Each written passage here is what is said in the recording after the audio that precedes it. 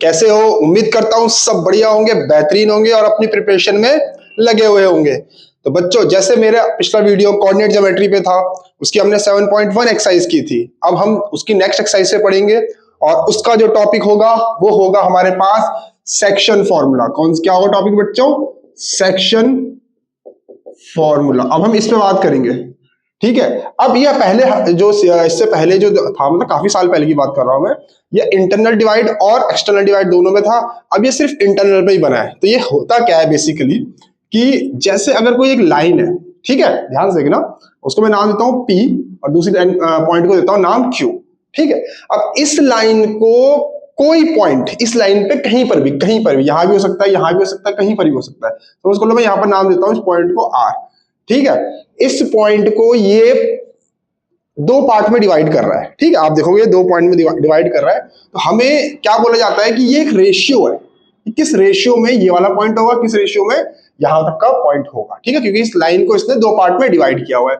अब इस पॉइंट को हम नाम देते हैं x1, इसको देते हैं y1, जैसे हमने पहले दिया था। इसको देते हैं x2 और इसको देते हैं हम y2, ठीक है। ये दो हमने पॉइंट दे दिए। अब इस पॉइंट को नाम देते हैं हम x, y, ठीक है। ये एनसीईआरटी का स्टैंडर्ड फॉर्म है बच्चों, ठीक है। तो याद रखना, जब ये स्टैंडर्ड फॉर्म है तो आप इसको इसी फॉर्म में लिखोगे, ठीक। ये सेंटर का, हमेशा सेंटर बोल रहा हूं मैं इस पॉइंट को, जो यहाँ पर आर है, जो इस लाइन को डिवाइड कर रहा है दो पार्ट में, हम इसे x, y लिखते हैं और इसको लिखते हैं हम m और n, ठीक है। तो इस सेक्शन फॉर्मूला होता है। इसमें क्या होता है फॉर्मूला? देखो बच्चों, ये x इज इक्वल टू लिखा जाता है m x2 plus n x1 upon m plus n, ठीक। और y की फॉर्म में लिखा जाएगा m y2 plus n y1 upon m plus n, ये से इस फॉर्म में लिखा जाएगा, ठीक है। अब आपके मन में एक क्वेश्चन आ सकता है, कि दिमाग में क्वेश्चन आ सकता है कि सर हम ये भी तो बोल सकते हैं कि आर पॉइंट सेंटर हो सकता है। बिल्कुल हो सकता है बच्चों। अभी तो हम बोल रहे हैं कि m और n, ये r जो है सेंटर नहीं है, ठीक है। यानी कि m और n का रेशियो कुछ भी हो सकता है, ठीक है। 1-1 नहीं हो सकता। सेंटर आने से सीधा रेशियो क्या हो जाता है? 1-1 हो जाता है। आप देख सकते हो कि कोई भी लाइन है, अगर सपोज कर लो मैं किसी एक लाइन के बारे में बात कर रहा हूँ, ए बी एक लाइन है, ठीक है, और मैं बोल रहा हूँ कि एक ए बी का जो डिस्टेंस था वो 6 था, ठीक। अब ये पॉइंट जो है C, इसे दो इक्वल पार्ट में डिवाइड करा है, यानी कि मिड पॉइंट है, ठीक है। ये C क्या हो गया? इसका मिड पॉइंट हो गया। तो ये कितना हो जाएगा? 3, यहां से यहां तक ये जाएगा 3। अगर मैं इसका रेशियो करूंगा तो ये 1 और ये देखो 3:3 करूंगा तो 1:1 ही तो आएगा, ठीक है। तो ये हम जो अगला जो पॉइंट पढ़ने वाले हैं वो यही पढ़ने वाले हैं कि अगर जो पॉइंट है, अगर ये मिड पॉइंट हो जाएगा, ठीक है, ये क्या हो जाएगा? Mid point. ये ऊपर वाला समझ में आ गया, सेक्शन फॉर्मूला इंटरनल डिवाइड में, ठीक है। अब अगर ये मिड पॉइंट जाता है, ठीक है, यहां से हम मिड पॉइंट, मैं बोल सकता हूं ये मिड पॉइंट यहां पर है। अगर ये मिड पॉइंट जाता है, सेम वही चीज, ये x1 y1, ये x2 ये y2 और ये मेरा x, y। अगर ये मिड पॉइंट हो जाता है तो ये रेशियो क्या हो जाएगा बच्चों? देखो 1:1 में मैंने अभी आपको एक एग्जांपल देके बताया था, ठीक है।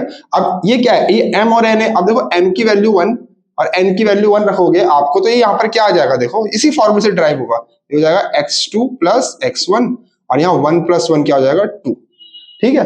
और वैसे ही हमारा यहाँ पर हो जाएगा y2 प्लस y1 अपॉन 2, जब ये मिड पॉइंट हो जाएगा। याद रखना, ये दो फॉर्मूले हैं आपके पास, इसी पे हम आगे जाके क्वेश्चंस करेंगे, इसी पे हम बात करेंगे, ठीक है। आप नोट डाउन कर सकते हो फॉर्मूलेस को।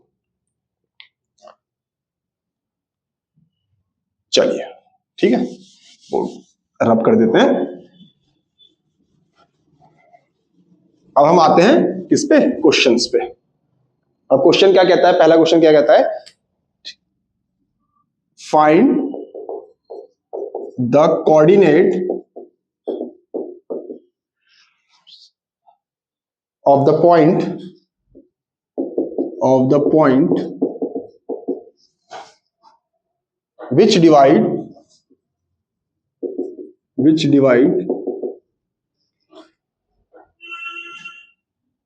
the join of -1,7 and 4,-3 in the ratio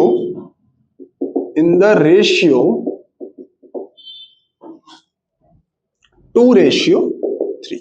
ठीक है, अब देखो क्वेश्चन क्या कहता है कि find the coordinates of the points which divides the join of ये एंड ये, मतलब ये दो पॉइंट का जो जॉइन है, मतलब अगर आप इस पॉइंट को मैं नाम दे दूं यहां पर a -1,7, अरे लाइन यहां तक बोल दूं b 4,-3, किस रेशियो में डिवाइड कर रहा है?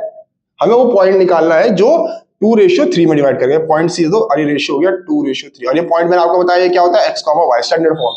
ठीक है, तो देखो रेशियो दे रखा है, ये कोऑर्डिनेट्स दे रखे हैं, x, y निकालना है मुझे, तो वही section formula x mx2 + nx1 upon m + n। ठीक है, देखो ध्यान से देखना, m क्या है मेरे पास, ये m है 2, x2 यहां से 4 प्लस n क्या है मेरे पास 3 और x1 यहां से -1, m + 1 2 + 3।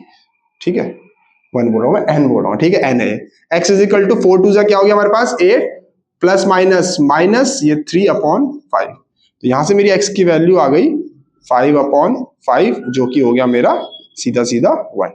ठीक है, और वैसे ही इसी सेम फॉर्म में मैं किसको निकाल लूंगा, y को निकाल लूंगा। देखो y कैसे निकलेगा, y = वही my2 + ny1 upon m + n, और y m2 है, y2 कितना है -3, और हमारे पास n कितना है 3, और y1 कितना है मेरे पास 7, और ये हो जाएगा 2 + 3, -6 प्लस माइनस 3 2 6 7 3 21/5।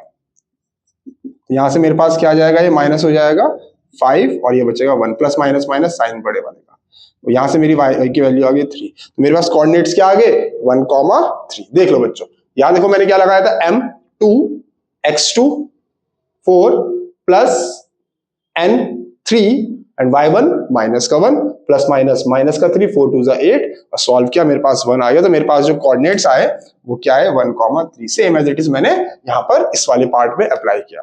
ठीक है, कोई डाउट आप पूछ लो, ये बेसिक है बच्चों कि भाई आपको फॉर्मूला अप्लाई करना आना चाहिए। कई बच्चे क्या होते हैं ना, मैंने बोला ना पिछले वीडियो में बोला मैंने, वो सीधा टफ क्वेश्चन की तरफ जाते हैं, फॉर्मूला अप्लाई करना उन्हें आता नहीं है, वो टफ क्वेश्चन की तरफ जाते हैं और सारा खेल गड़बड़ हो जाता है। ठीक है, चलिए मानता हूं अभी समय थोड़ा सा निकल गया है, पर इतना नहीं निकला है कि आप सीधा बेसिक को छोड़ के टफ क्वेश्चन की तरफ जाने लग जाओ। पहले बेसिक क्लियर करो, बेसिक क्लियर होंगे ना। कई बच्चों के साथ प्रॉब्लम क्या आती है, केस स्टडी में बच्चे बोलते हैं कि सर हमें ना प्रॉब्लम आती है, तो भाई प्रॉब्लम तभी आ रही ना कि आपका बेसिक ही क्लियर नहीं है, क्योंकि केस स्टडी जो होती है वो बेसिक से आपको क्वेश्चंस उठा के पूछती है। ठीक है, चलिए अब हम अगला क्वेश्चन करते हैं। वो बोल रहा है in what ratio does the point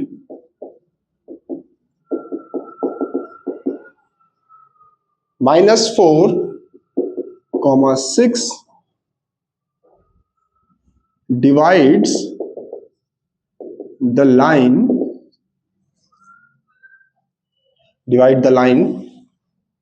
segment joining the points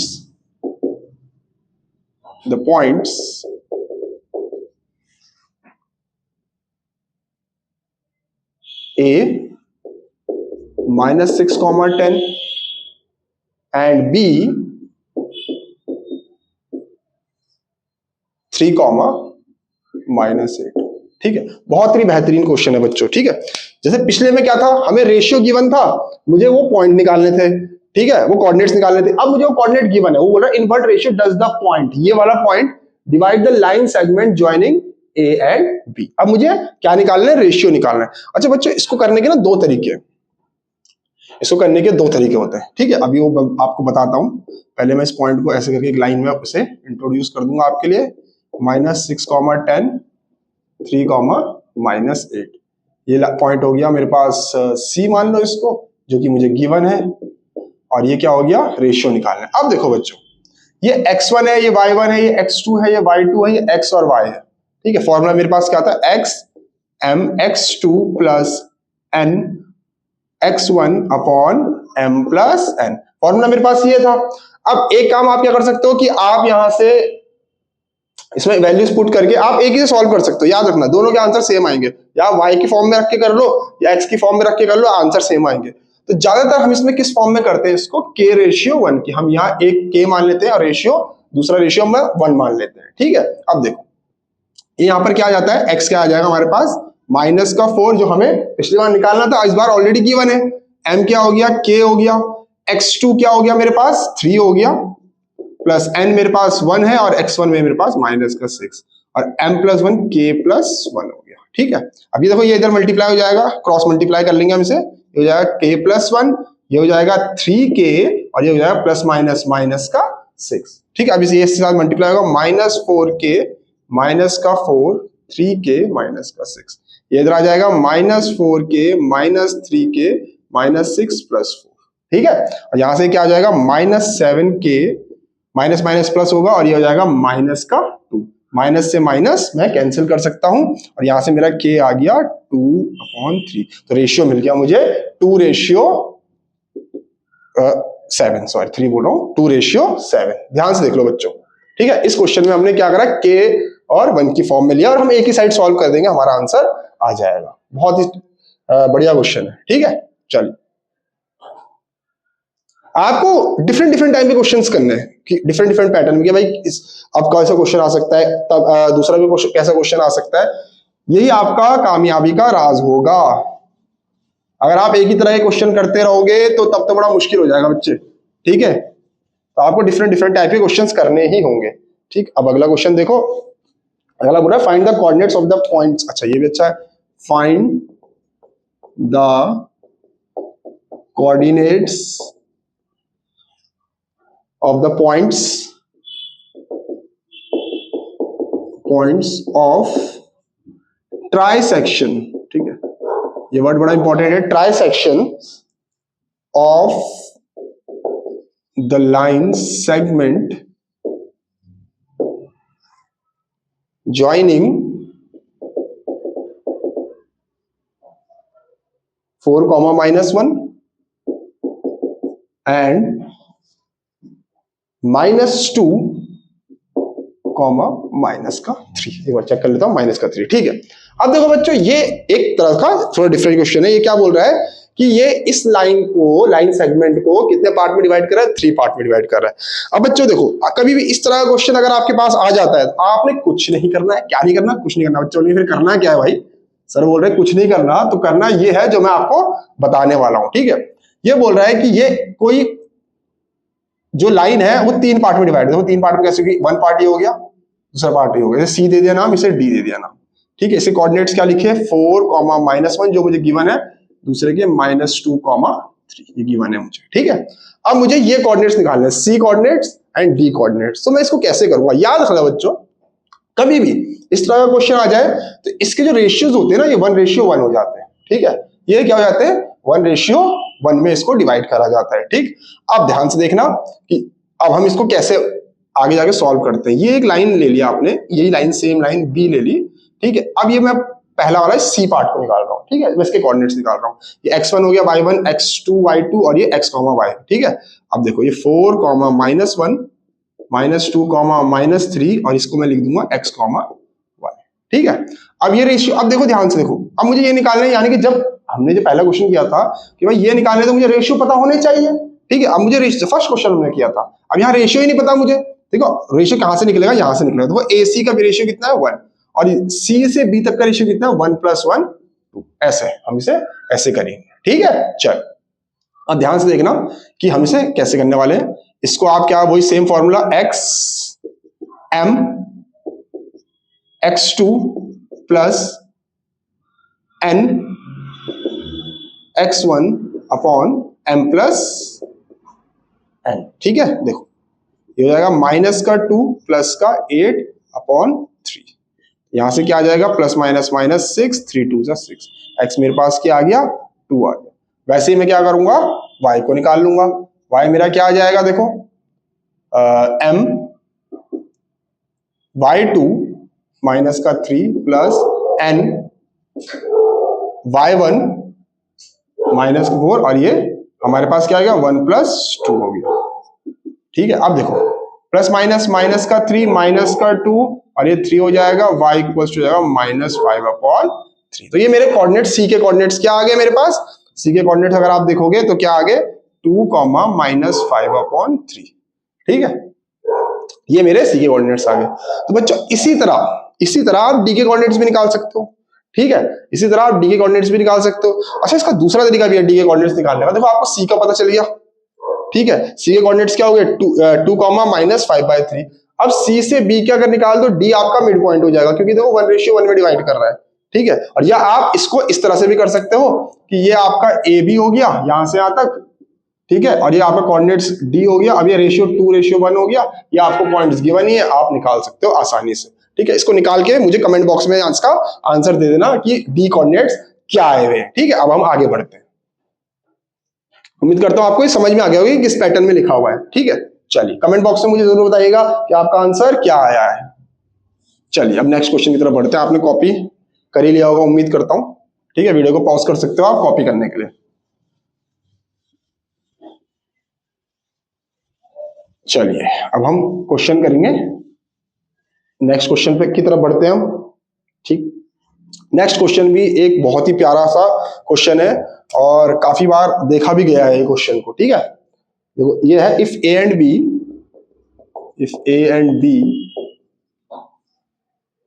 are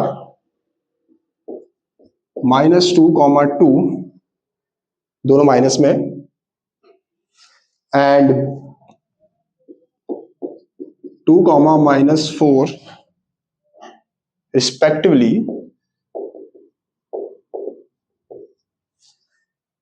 find the coordinates of P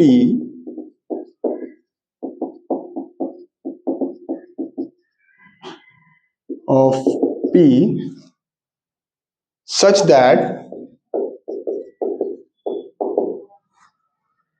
AP, ये बहुत इंपॉर्टेंट हिंट है, 3/7 AB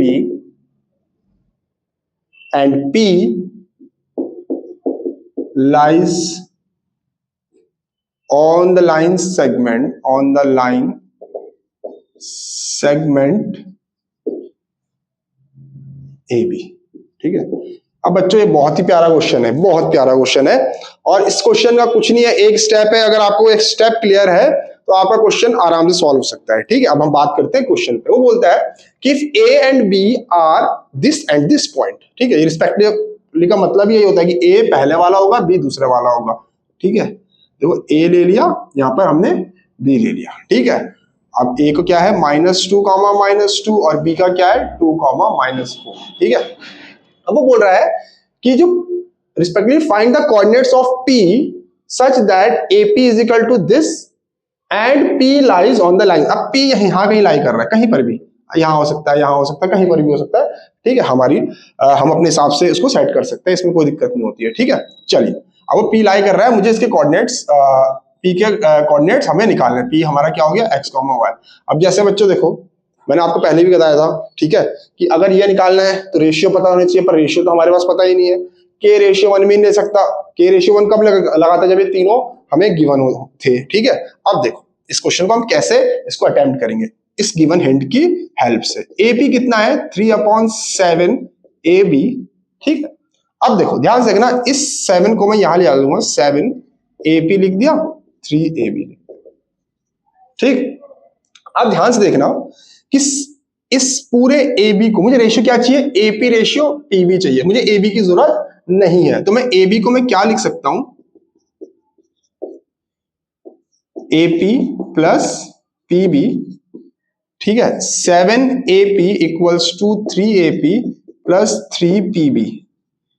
इसको इधर ले गया तो ये माइनस हो जाएगा 4AP। देखो लाइट टर्म्स है AP और ये आ जाएगा मेरे पास 3PB। ठीक है, अब इसे अपॉन में ले लिया, AP/PB इक्वल्स टू 3/4। ठीक है, अब देखो बच्चों यहां पर एक बात बता रहा हूं मैं आपको कि रेशियो निकल तो गया कि 3/4 निकल तो गया है, पर कहीं जगह पे कई बार टीचर इसको थोड़ा जल्दी भी कराते हैं। जल्दी कराने का उसका रीजन क्या होता है, देखो आप समझना है, आपकी अंडरस्टैंडिंग कितनी क्लियर है उस हिसाब से हम क्वेश्चन पे बात करा जाए करते हैं।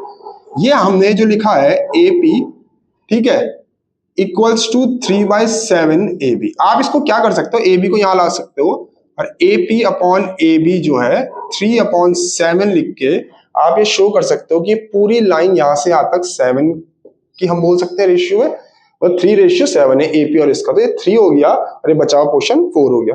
पर बच्चों मेरे हिसाब से अगर आपको थोड़ा सा स्टेप मार्किंग का हिसाब देखना है तो आप स्टेप मार्किंग करके निकालिए तो ज्यादा बेटर है। प्रैक्टिस में आ जाओगे तो जल्दी हो जाएगा, ठीक है, वरना आप इसको ऐसे भी कर सकते हो। अगर ये 2 मार्क्स में आया तो आप इसे ऐसे भी कर देना, वरना आपको थोड़ा सा लेंथी करना पड़ेगा। अब मेरा मानो तो इसी से करो, क्योंकि स्टेप मार्किंग CBSE में स्टेप मार्किंग बहुत इंपॉर्टेंट होती है, ठीक है। यहां से मैंने इसका रेशियो निकाल दिया, अब तो देखो सिंपल हो गया ना, 3:4 आ गया। वो same process x is equal to mx2 plus nx1 upon m plus n, ठीक है। m कितना है मेरे पास 3, x2 कितना है 2, n कितना है मेरे पास 4 और x1 कितना है -2 और अपॉन 3 प्लस 4, ठीक है। अब x 3 2 6 माइनस का 8 अपॉन 7 और x कितना आ गया, ये हमारे पास कितना आ गया -2 अपॉन 7 आ गया x, ठीक है। अब वैसे ही हम क्या निकाल लेंगे, y को भी निकाल लेंगे। तो y कैसे निकलेगा हमारा, देखो y equals to my2 plus ny1 upon m plus n।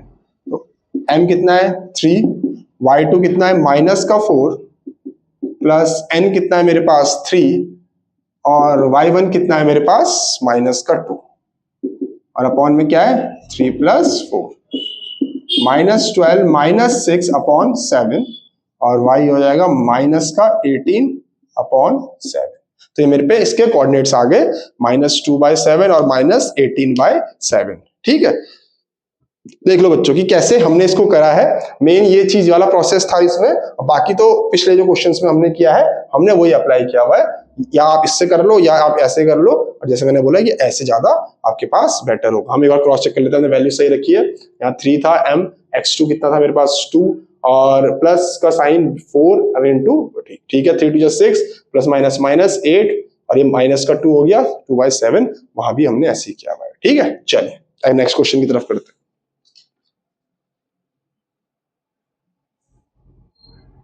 चलिए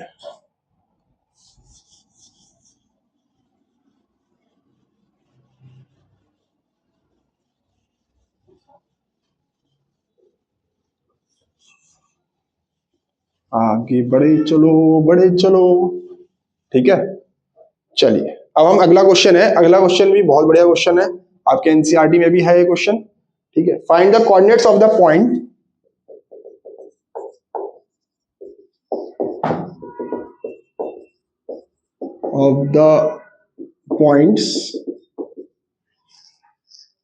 which divide the line segment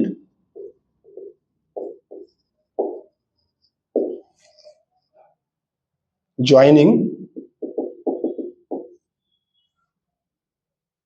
की स्पेलिंग गलत तो नहीं, हाँ, joining A -2, and B 2, 8 into 4 parts. अब ये 4 पार्ट्स का क्वेश्चन आ गया बच्चों, ठीक है। हमने 3 पार्ट्स करा, 4 पार्ट का क्वेश्चन आ गया। अब इसको आप कैसे करोगे, देखो ये क्या बोल रहा है, find the coordinates of the point which divide the line segment joining A -2, and B 2, 8 into 4 equal parts. अब वही सेम प्रोसेस है, प्रोसेस सेम है बच्चों, यही तो खास बात है इस चैप्टर की, प्रोसेस सेम है, क्वेश्चन डिफरेंट पैटर्न में है, पर आपको अगर प्रोसेस का पता है तो आपको ध्यान देना होगा। ये 1 2 3 4, ठीक है, थोड़ा मैं इधर बना देता हूं, 1 1 1 1 4 रेशियो होंगे, तो ये ऐसे ही डिवाइड किया जाएगा, ठीक है। ये ऐसे ही डिवाइड होगा, इक्वल पार्ट में, इक्वल रेशियोज के पार्ट में डिवाइड होता है, ठीक। अब देखो बच्चों, मुझे A दे रखा है -2, 2, B दे रखा है मुझे 2, 8, ठीक। अगर आप थोड़ा सा नोटिस करोगे, जैसे मैंने पिछली बार में बताया था कि आप कैसे कर सकते हो, तो वो इस पार्ट में बताता हूं। अगर थोड़ा सा नोटिस करोगे, मैं इसको A लिख रहा हूं, यहां पर B लिख रहा हूं। सारा खेल बच्चों क्या होता है, ऑब्जर्व का होता है। ऑब्जर्वेशन आपकी अच्छी होनी चाहिए, ठीक है, आपकी क्या होनी चाहिए, ऑब्जर्वेशन बहुत अच्छी होनी चाहिए। देखो मैं ये पॉइंट डी मार लेता हूं यहां पर, ठीक। अब यहां देखो डी, ए डी का रेशियो कितना है, 1+1 2, और इसका रेशियो कितना है, 1+1 2। अब देखो जैसी रेशियो सेम आ गए, मतलब इसे काटोगे तो 1:1 ही आ जाएगा। तो जैसी रेशियो सेम आ गए, यानी कि ये क्या, किसका फॉर्मूला लगा सकते हो आप, मिड पॉइंट का। ये भी रेशियो देखो क्या हो गया, ये इससे कट जाएगा तो ये क्या हो जाएगा, रेशियो 1:1 ही हो जाएगा। ठीक है, क्लियर है ना, इतना इतना क्लियर है। तो देखो ये x, y हो गया। अब जब रेशियो 1:1 है तो सीधा हम मिड पॉइंट का फॉर्मूला लगा देंगे। मिड पॉइंट का क्या है, x1 प्लस x2/2। तो यहां से x निकाला, x1 कितना है मेरे पास, -2, x2 कितना है, 2/2। ये आ गया मेरे पास -0/2, और ये x की वैल्यू क्या आ गई मेरे पास, 0 आ गई। ठीक है, वैसे ही मैं क्या कर सकता हूँ, y को y1 प्लस y2/2 y, ठीक है, y1 कितना हो गया मेरे पास, 2 हो गया, और ये 8 हो गया /2, और यहां से मेरा 10/2, और ये मेरा 5 आ गया। तो मेरे कोऑर्डिनेट्स क्या आ गए, इसके कोऑर्डिनेट्स क्या आ गए मेरे पास, 0,5। देखो ठीक है, देखो यहां मैंने मिड पॉइंट लगा दिया सीधा सीधा करके, यहां पर मैंने ज्यादा लेंथी ना करके मिड पॉइंट लगा दिया। तो यही आपकी ऑब्जर्वेशन है कि आप ऑब्जर्व कैसे करोगे। अब जैसे मैंने डी निकाल दिया आपका पॉइंट, ठीक है। अब डी जो है, इनका रेशियो डी और इसके बीच का रेशियो कितना है बेटा, 1:1, ठीक है, इतना है बच्चों। अब इसका जब रेशियो इतना, तो यानी कि ये सी पॉइंट जो है इन कोऑर्डिनेट्स के लिए क्या हो जाएगा, मिड पॉइंट हो जाएगा। ठीक है, इन कोऑर्डिनेट्स के लिए क्या हो जाएगा, मिड पॉइंट हो जाएगा। और यहां से आप क्या कर सकते हो, बचपन में राइटिंग नहीं सुधारी ना क्या कर सकते हो, है ना, टीचर की सुनते नहीं थे, टीचर बोलते थे पढ़ लो, राइटिंग सुधार लो, हम क्या मानने वालों में से थे ठीक है, चलो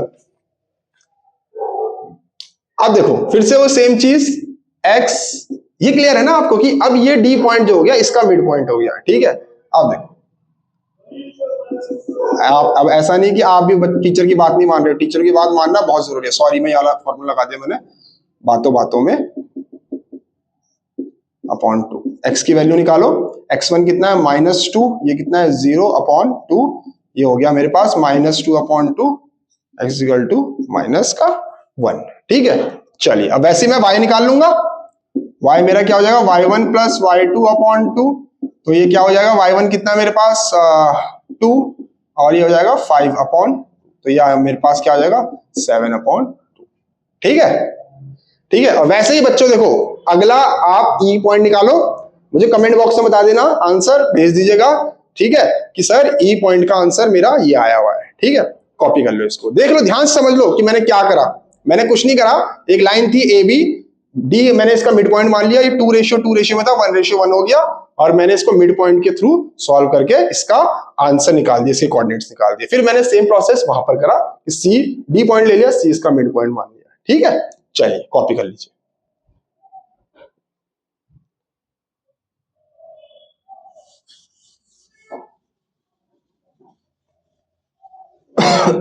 इतना मुश्किल नहीं होता है बच्चों, इतना मुश्किल नहीं होता है। मुश्किलें चीजें हम खुद अपने से बनाते हैं। अगर आप तरीके से चीजों को करो, ठीक है, तरीके की चीज, तरीकों को अपनाना सीखना पड़ता है हमें। देखो किसी ने बहुत अच्छी बात की है, जिंदगी मुश्किल होती है उसे आसान बनाया जाता है। जिंदगी मुश्किल होती है उसे आसान बनाया जाता है। और वो कैसे होता है, हमारे कुछ सोच से, और हम उस सोच को कैसे अपनी लाइफ में अप्लाई करते हैं, उससे भी बहुत सारी चीजें हमारी सही हो जाती है जिंदगी को। वरना जिंदगी बच्चों देखो सबकी मुश्किल है। अभी आपको लग रहा होगा आप स्टूडेंट एज में हो, यार बहुत टफ लाइफ है, स्कूल जाना होता है, हम भी ऐसी थे कि स्कूल जाना होता है, टीचरों को सुनो, ये करो, हेयर कट कराओ, आजकल तो हेयर कट का भी वो है कि ये कराओ वो कराओ, तो बच्चे बड़े परेशान से होते हैं कि हाँ स्कूल में बड़ी परेशानियां हो रही है। और बच्चों देखो मेरी अगर आप हमेशा सलाह मानोगे, जिंदगी में आपका टीचर कभी गलत नहीं होता है, आपका टीचर कभी गलत नहीं होता है। वो बस हमारी सोच उस समय वैसी रहती है, ताकि हमारी सोच उस समय वैसी रहती है कि हम उनकी बात समझ नहीं पाते हैं कि वो हमारे लिए अच्छा सोच रहे हैं, है ना। जैसे मैंने अभी आपके अपनी राइटिंग की बात करी, तो अगर मैं अपने टीचर की सुनता थोड़ी सी अच्छी राइटिंग और हो जाती तो बढ़िया लगता है ना? अब थोड़ी सी एक टाइम बाद बढ़िया लगने लग जाता है। चलिए आगे हम बात करते हैं नेक्स्ट क्वेश्चन की तरफ। Determine the ratio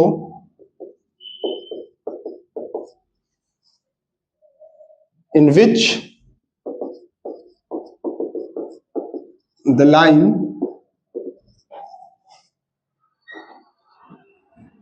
to x plus y minus 4 equals to 0 divides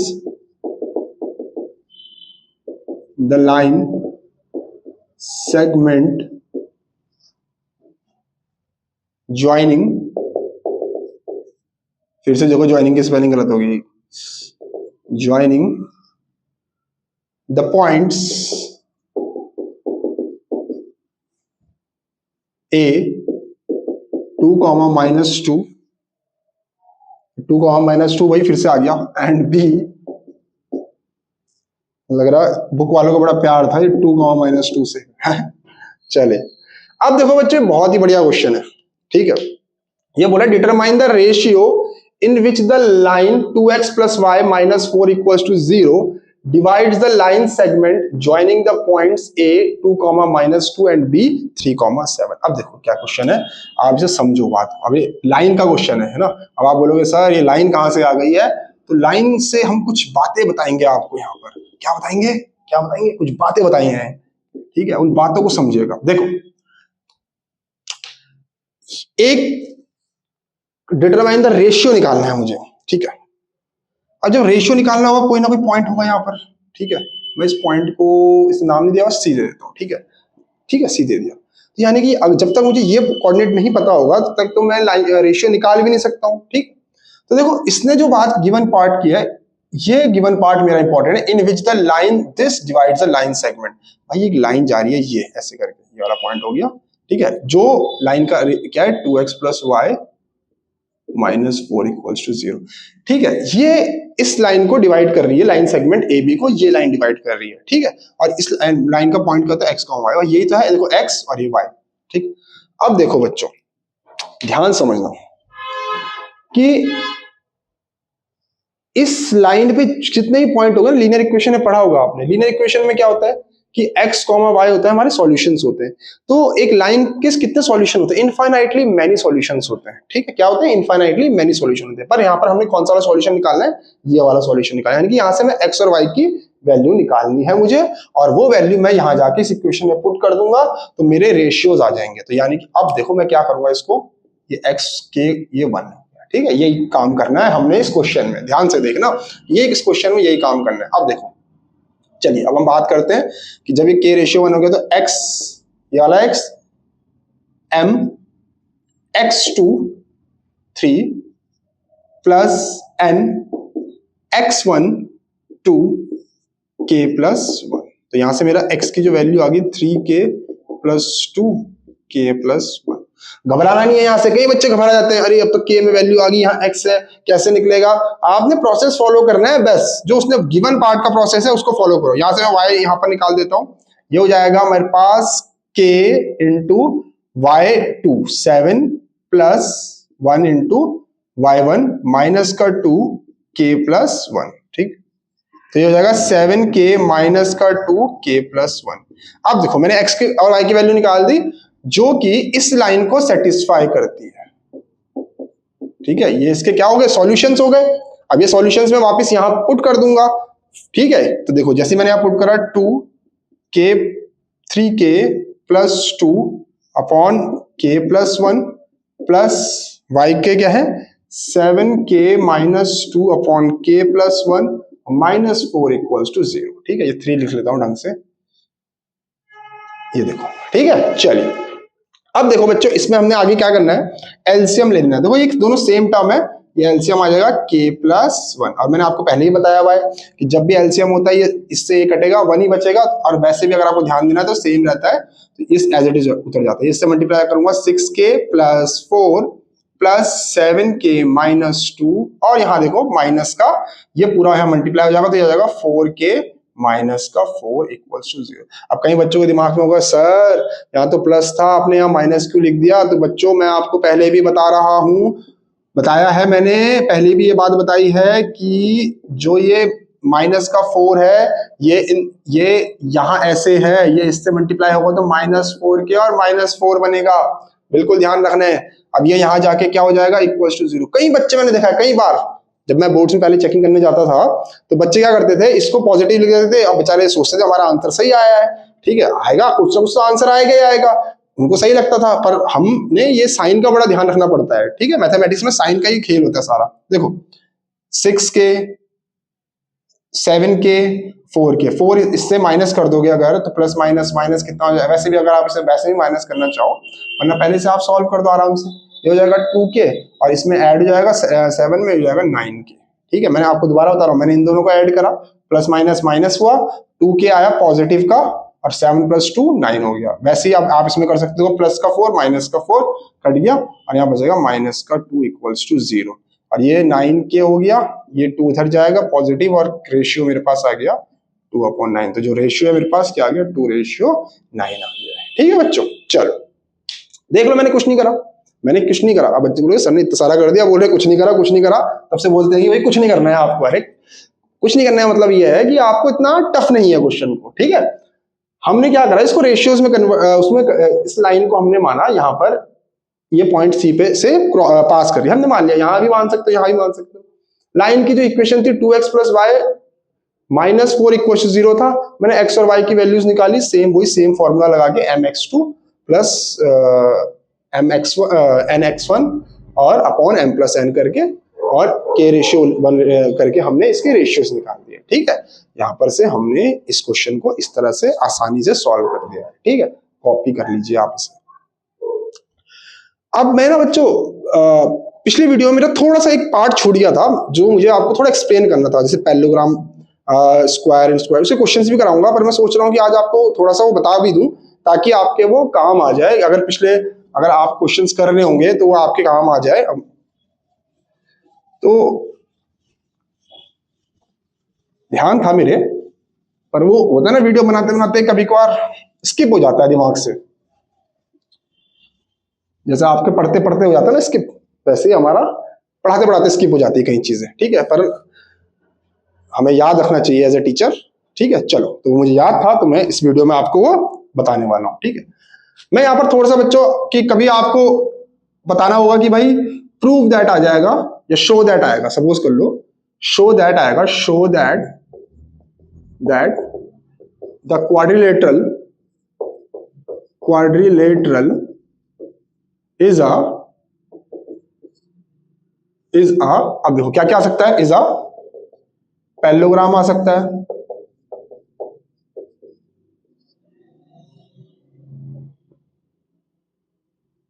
दूसरा